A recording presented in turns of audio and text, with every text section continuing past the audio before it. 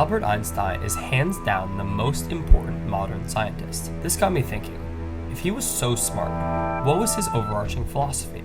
This is the question we will be exploring today. If you enjoyed this video, please like, comment, and subscribe. Einstein was a scientific realist, positing that the universe exists independently of human observation. He believed that scientific theories aim to reveal the underlying truths of reality, even if they are provisional.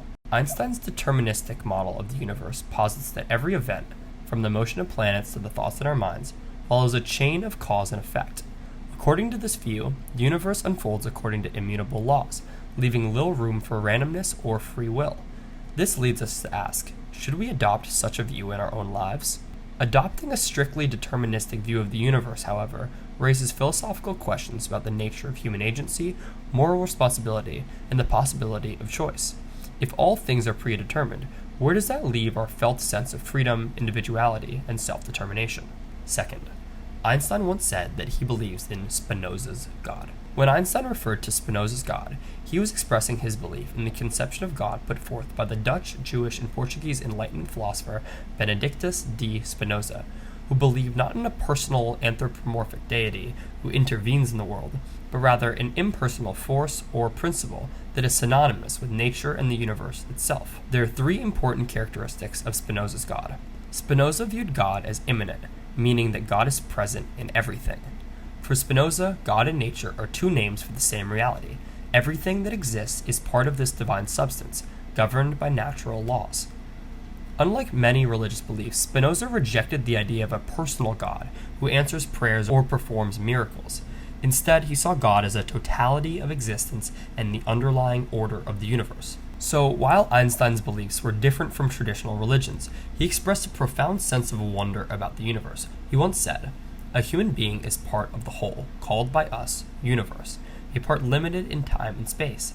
He experiences himself, his thoughts, and feelings as something separated from the rest, a kind of optical delusion of his consciousness." This statement reveals his belief in the interconnectedness of all existence, suggesting that our perception of separateness is an illusion. "I am not an atheist," he said, and saw himself as more agnostic, or as he called it, a deeply religious non-believer. He wrote that, "A spirit is manifest in the laws of the universe, a spirit vastly superior to that of man, and one in the face of which we, with our modest powers, must feel humble." In this way, the pursuit of science leads to a religious feeling of a special sort. Einstein spoke of a cosmic religious feeling, a sense of awe in the face of the universe's complexity and beauty. He remarked, "The most beautiful experience we have is the mysterious." This appreciation for mystery aligns with his scientific pursuits, suggesting that the quest for knowledge is both an intellectual and a spiritual endeavor. So far, we have covered Einstein's view on the greater universe and descriptions of God. But how did he fit into this larger picture? Einstein saw curiosity as a necessity and force for good. He said, "I have no special talents, I am only passionately curious." As well as, the important thing is not to stop questioning. Curiosity has its own reason for existence. One cannot help but be in awe when he contemplates the mysteries of eternity, of life, and the marvelous structure of reality. It is enough if one tries merely to comprehend a little of this mystery each day. Three final, somewhat random ideas follow as a way to close out our discussion on Einstein's key philosophy. First, Einstein strongly advocated for the idea of a democratic, global government that would check the power of nation-states in the framework of a world federation. He wrote, "I advocate world government because I am convinced that there is no other possible way of eliminating the most terrible danger in which man has ever found himself." Interestingly, the FBI created a secret dossier on Einstein in 1932. By the time of his death, it was 1,427 pages long.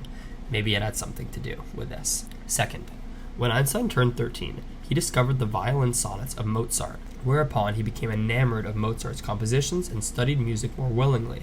Einstein taught himself to play without ever practicing systematically. He said, "Love is a better teacher than a sense of duty." A school examiner overheard him playing the violin at the age of 17. What struck the examiner was that Einstein displayed a deep love of the music, a quality that was and remains in short supply. Music possessed an unusual meaning for this student. Third, when Einstein was dying, he refused surgery, saying, "I want to go when I want. It is tasteless to prolong life artificially. I have done my share, it is time to go. I will do it elegantly." He He died in Princeton Hospital early that morning at the age of 76, having continued work till nearly the end. In a memorial lecture delivered on the 13th of December 1965 at UNESCO headquarters, nuclear physicist J. Robert Oppenheimer summarized his impression of Einstein as a person. He was almost wholly without sophistication and wholly without worldliness. There was always with him a wonderful purity, at once childlike and profoundly stubborn. I hope you enjoyed today's presentation on the philosophy of Albert Einstein. If you enjoyed this video, please like, comment, and subscribe. I hope you follow along on this channel's journey as I continue trying to bring you the best ideas from a wide range of subjects. See you all in a few days, and I hope you are well until then.